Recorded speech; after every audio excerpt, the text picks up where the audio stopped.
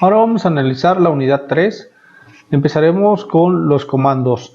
¿Qué son los comandos de GNU Linux? Todo sistema operativo tiene interfaz gráfica y tiene una consola. Entonces aquí vamos a ver qué son los comandos y para qué se utilizan. En GNU Linux la consola tiene un protagonismo especial incluso para los usuarios no profesionales, ya que permite optimizar algunas labores e incluso automatizarlas. La consola es muy poderosa para poder hacer varias operaciones o automatizar la ejecución de muchos procesos. Esto es muy importante que nosotros aprendamos a utilizar la consola, porque como administradores de red o administradores de un sistema operativo, de un servidor, tendremos que hacer uso de la consola, al menos que utilicemos Windows Server, pero Windows Server también tiene una consola muy potente que es PowerShell. Vamos a empezar entonces. Los temas que vamos a analizar son en esta presentación el CLI, que ya lo vimos, que ustedes lo vieron en primer cuatrimestre y en segundo cuando llevaron redes, interfaz de línea de comandos, los comandos, argumentos, opciones, directorios, rutas absolutas y rutas relativas. Esto es muy importante que entendamos esta parte de las rutas, porque también lo van a utilizar en programación. Entonces vamos a ver qué es la interfaz de línea de comandos. ¿Qué es la CLI o interfaz de línea de comandos? La comunidad Linux dice que promueve el uso de la CLI porque tiene, por su potencia, su velocidad y capacidad para realizar una amplia gama de tareas en una sola instrucción en la línea de comando. Nosotros estamos acostumbrados a la parte gráfica, y cuando queremos crear una carpeta, clic derecho, nueva carpeta, y queremos copiar, control C, control V.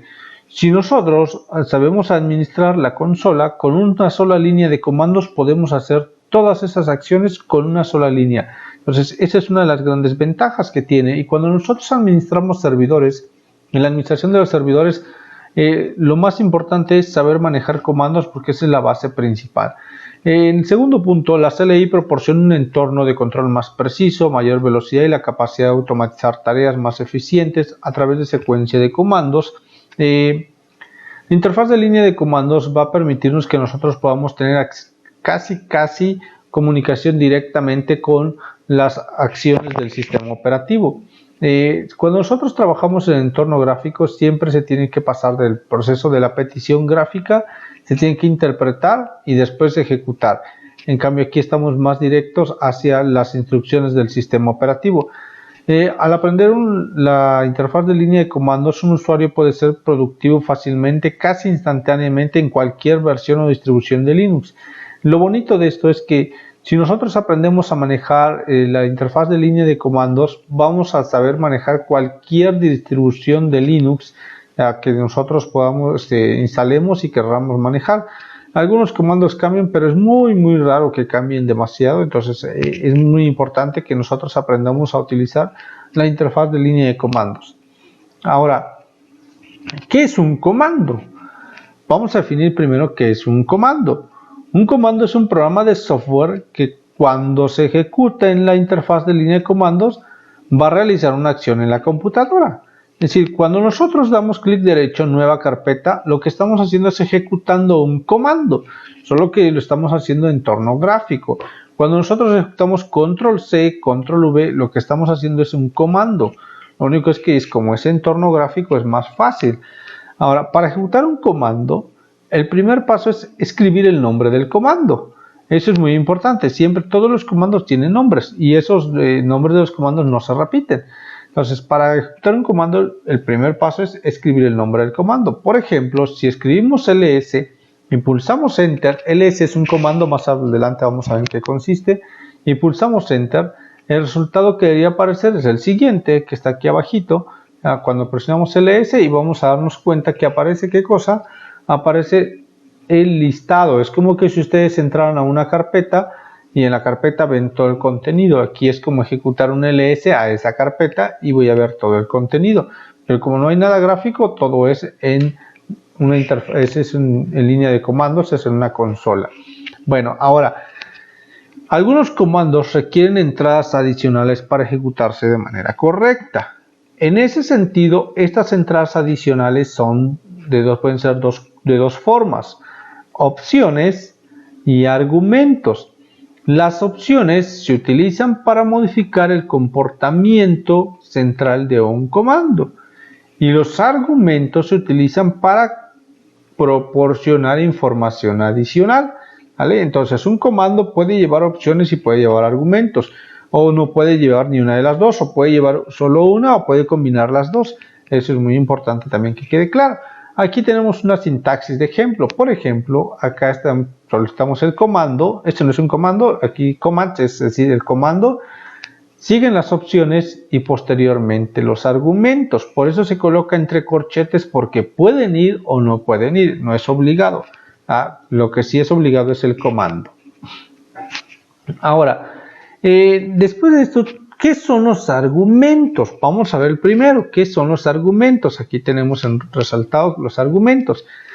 Los argumentos se pueden usar, se puede usar un argumento para especificar algo sobre lo que el comando deberá actuar, es decir, dónde yo quiero pegar ese archivo, qué es lo que yo quiero listar, el contenido de ese directorio. De esos son los argumentos. ¿Qué directorio quiero listar? ¿Qué es lo que quiero hacer? Si el comando ls recibe el nombre de un directorio como argumento, enumera el contenido de ese directorio. Es decir, si yo hago un ls a mis documentos, voy a tener como resultado todo lo que tiene mis documentos. Entonces eso es muy importante. Los argumentos entonces son aquellas especificaciones donde el comando va a actuar. Eso quiero que quede muy claro, ¿ya? Algunos comandos como ls aceptan múltiples argumentos. Ahí vamos a ir viendo más adelante cómo es esto de que podemos tener múltiples argumentos. Ahora, ¿qué son las opciones? Aquí tenemos como primero el comando, después las opciones y por último los argumentos. ¿Qué son las opciones? Dice que estas se pueden usar con comandos para expandir o modificar el comportamiento de un comando.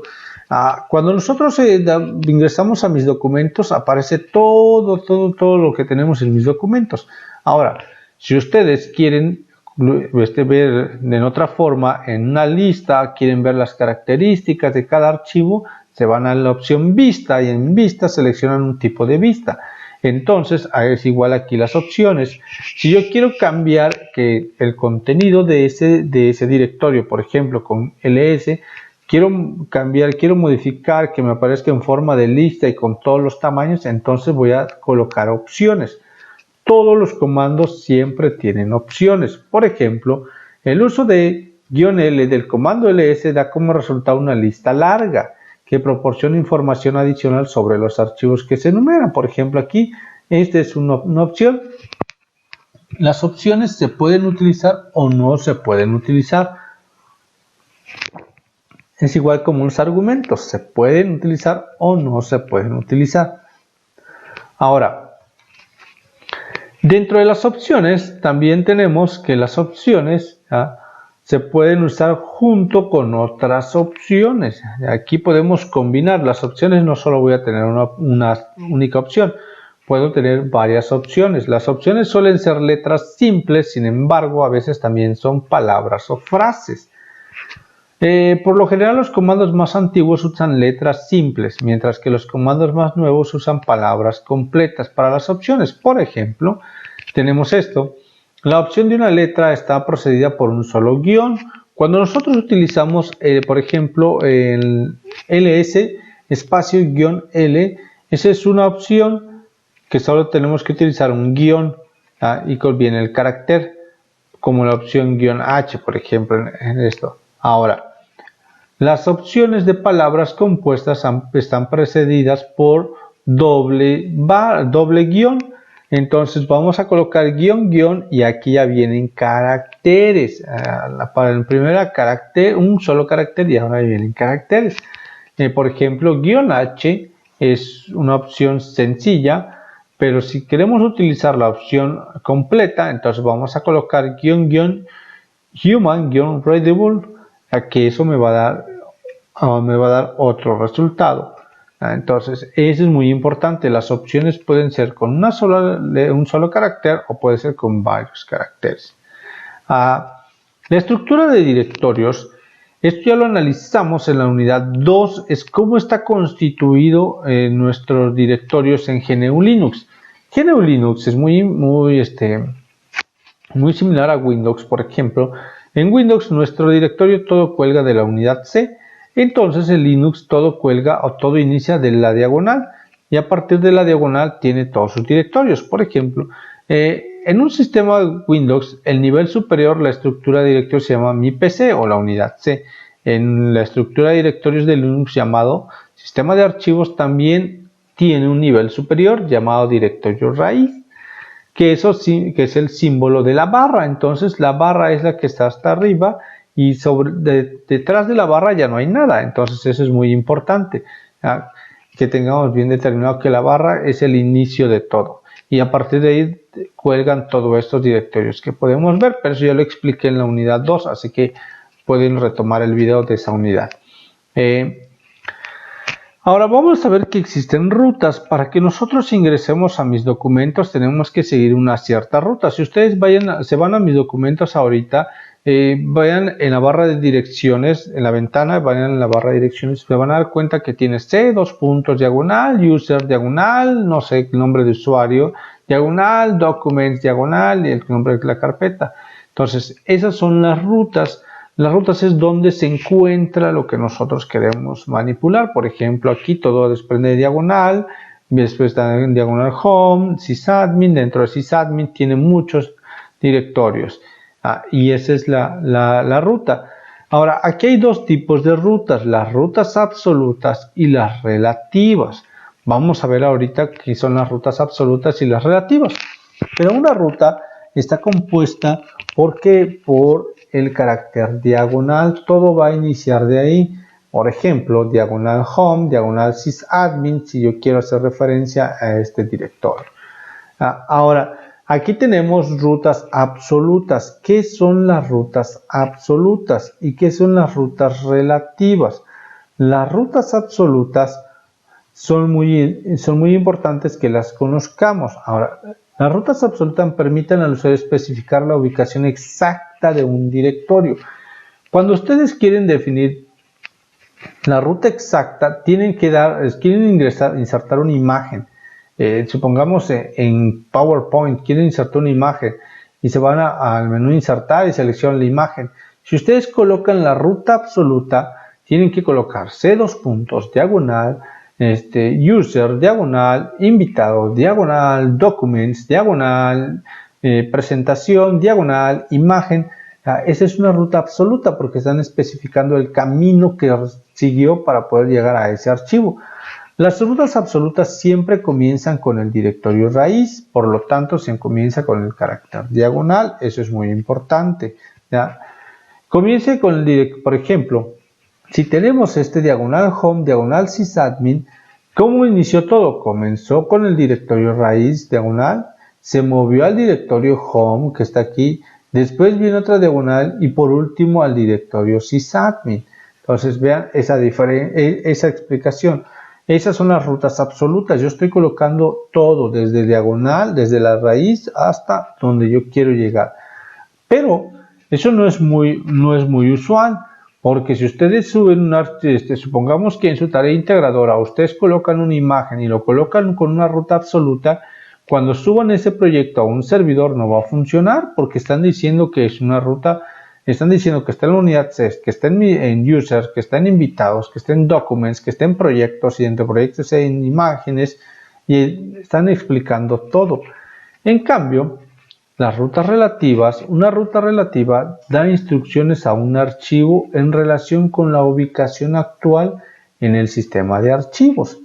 Es decir, aquí no voy a dar la ruta completa, sino a partir de donde yo estoy. A partir de donde yo estoy es donde voy a poder navegar hacia atrás o hacia adelante. El usuario debe estar actualmente en un directorio que contiene objetos en la ruta. ¿Cómo es esto? Nuestras rutas relativas, por ejemplo, supongan que ustedes salen al centro. Llegan al centro, salieron de su casa hacia el centro de Ocosingo.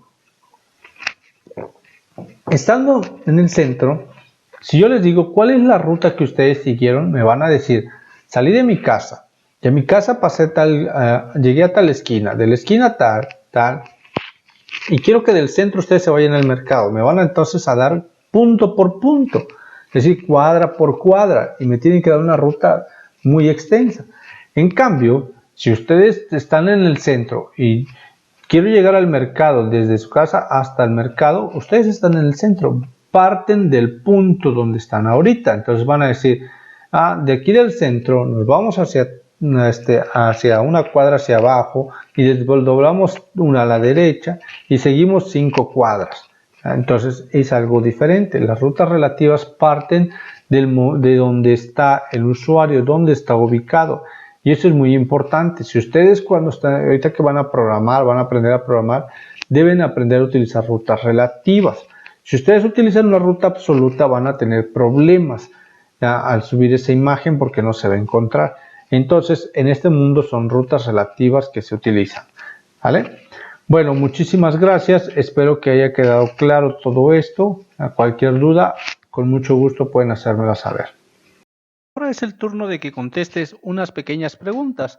Anota tus respuestas en libreta o en una hoja en blanco y tómale una foto y envíalo por el medio que han acordado con el maestro, a través de la plataforma o por el grupo de WhatsApp.